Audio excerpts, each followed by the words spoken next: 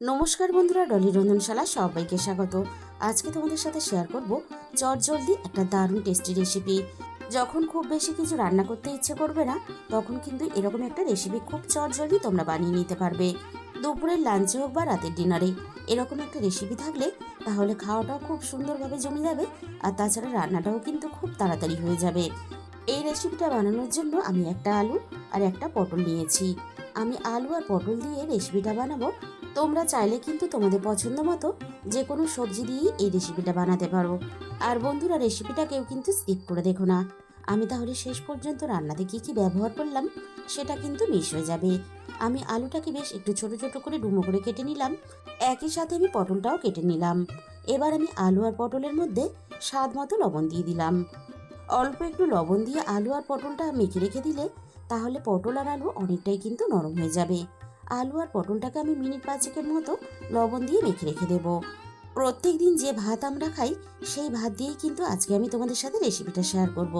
কারণ সবাইয়ের কিন্তু হাতের কাছে গোবিন্দভোগ চাল থাকে না, তাই প্রত্যেক দিন যে ভাত তোমরা খাও সেই ভাত দিয়েই তোমরা রেসিপিটা বানিয়ে নিতে পারবে। তাহলে চলো রান্নাটা আমি কিভাবে করেছি এবার সেটা দেখে নেওয়া যাক।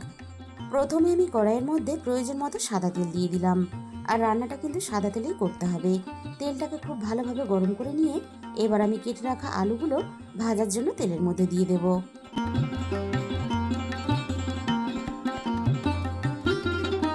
প্রথমে আমি আলুটাকে নাড়াচাড়া করে ভালোভাবে ভেজে নেব। আলুর ভিতর থেকে যাতে সুন্দরভাবে সিদ্ধ হয়ে আসে তার জন্য এবার আমি কড়াইটা একটু ঢাকা দিয়ে দিলাম। মিনিট 3-4 মতো আমি কড়াইটা ঢাকা দিয়ে দিয়েছিলাম। এবার আমি কড়াই থেকে ঢাকাটাকে সরিয়ে নিলাম। আর এই সময় কিন্তু গ্যাসের ফ্লেমটা মিডিয়ামের থেকে লোতে রাখতে হবে। গ্যাসের ফ্লেম এই সময় হাই রাখলে তাহলে আলুর উপরটা ভাজাও যাবে আর ভিতরটা কিন্তু কাঁচা থেকে যাবে। আলুগুলো আমি নাড়াচাড়া করে বেশ ভালোভাবে ভেজে নিয়েছি, আর আলুগুলো ভিতর থেকে সুন্দরভাবে সিদ্ধও হয়ে গেছে। এবার আমি পটলটা ভাজার জন্য আলুর সাথে দিয়ে দেব। এবার আমি পটলটা নাড়াচাড়া করে বেশ ভালোভাবে ভেজে নেব।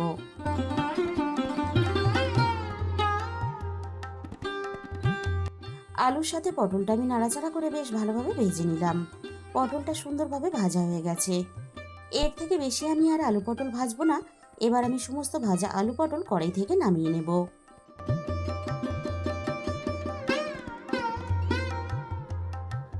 এবার আমি অল্প একটু বাদাম ভেজে নেব। যেহেতু নিরামিষভাবে আমি রান্নাটা করছি, তাই খাওয়ার সময় অল্প একটু বাদাম মুখের মধ্যে পড়লে তাহলে খেতে বেশি ভালো লাগবে।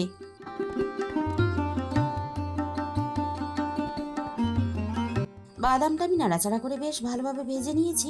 এবার আমি ভাজা বাদামগুলো কড়াই থেকে নামিয়ে নিলাম। এবার আমি তেলের মধ্যে অল্প একটু ঘি দিয়ে দিলাম। আমি রান্নাটা সাদা তেল আর ঘি দিয়ে মিশিয়ে করব। তোমাদের ইচ্ছে হলে পুরো রান্নাটাই কিন্তু ঘি দিয়ে করতে পারো। এবার আমি এখানে একটা কাঁচা লঙ্কা বাটা দিয়ে দিলাম। অল্প একটু কাঁচা লঙ্কা দিলে তাহলে রান্নাটা বেশ চটপটা হবে। কাঁচা লঙ্কাটা হালকা একটু নাড়াচাড়া করে আমি ভেজে নেব।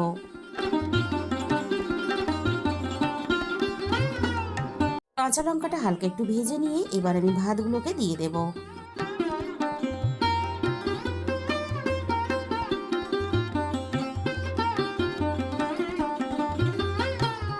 এবার আমি ভাতের সাথে স্বাদ মতো লবণ দিয়ে দেব।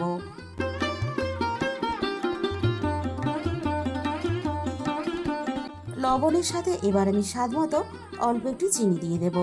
অল্প একটু চিনি দিলে তাহলে রান্নার স্বাদের ব্যালেন্সটা ঠিক থাকবে। এই সময় আমি গ্যাসের ফ্লেমটা একেবারে লোতে রেখেছি। এবার আমি ভাতটা নাড়াচাড়া করে হালকা একটু ভেজে নেব। এই সময় কিন্তু গ্যাসের ফ্লেম হাইতে দিলে তাহলে ভাতগুলো অনেকটা শক্ত হয়ে যাবে। মিনিট 2-এর মতো ভাতটা একটু নাড়াচাড়া করে নিয়ে এবার আমি ভেজে রাখা আলু পটল আর বাদাম একসাথেই দিয়ে দিলাম। এবার আমি সবকিছু একসাথে নাড়াচাড়া করে আরও একটু ভেজে নেব।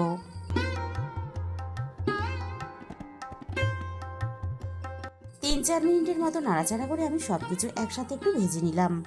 এবার আমি অল্প একটু গোলমরিচের গুঁড়ো দিয়ে দিলাম। এবার আমি গোলমরিচের গুঁড়োটা নাড়াচাড়া করে বেশ ভালোভাবে ভাতের সাথে মিশিয়ে দেব। অল্প একটু গোলমরিচের গুঁড়ো দিলে তাহলে রান্নার যেমন গন্ধটা খুব ভালো আসবে, তেমনই কিন্তু রান্নাটা আরও বেশি খেতে ভালো লাগবে। আমি মিনিট খানেকের মতো নাড়াচাড়া করে গোলমরিচের গুঁড়োটা ভালোভাবে মিশিয়ে দিলাম। ভাত কিন্তু খুব বেশি সময় ধরে নাড়াচাড়া করা যাবে না। তাহলে ভাতগুলো অনেকটা শক্ত হয়ে যাবে। বন্ধুরা, তোমরা যদি কখনো এইভাবে রান্না করে না থাকো, তাহলে একদিন হলেও তোমরা রান্না করে দেখো। এবার আমি প্লেটের মধ্যে পরিবেশন করে তোমাদের দেখিয়ে দেব। তাহলে বন্ধুরা, আজকের এই রেসিপিটা ভালো লাগলে ভিডিওতে একটা লাইক করে দিও, আর নিজেদের বন্ধুদের মধ্যে শেয়ার করে দিও, আর কমেন্টের মাধ্যমে জানিও তোমাদের কেমন লাগলো। আর যে সমস্ত নতুন বন্ধুরা এখনো পর্যন্ত আমার চ্যানেলটা সাবস্ক্রাইব করনি, এরকম নতুন ঘরোয়া সহজ রেসিপি পেতে আমার চ্যানেলটা সাবস্ক্রাইব করে আমার পাশে থাকার অনুরোধ রইল। আর তার সাথে সাথে পাশে থাকা বেল আইকনটা ক্লিক করে অল করে দিও। তাহলে আমি যখনই কোনো নতুন রেসিপি আপলোড করব, সবার আগে তোমার কাছে পৌঁছে যাবে। আর তোমাদের মূল্যবান সময় দিয়ে আমার এই রেসিপিটা এতক্ষণ সময় ধরে দেখার জন্য তোমাদের সবাইকে অসংখ্য ধন্যবাদ। আজকে তাহলে এই পর্যন্ত।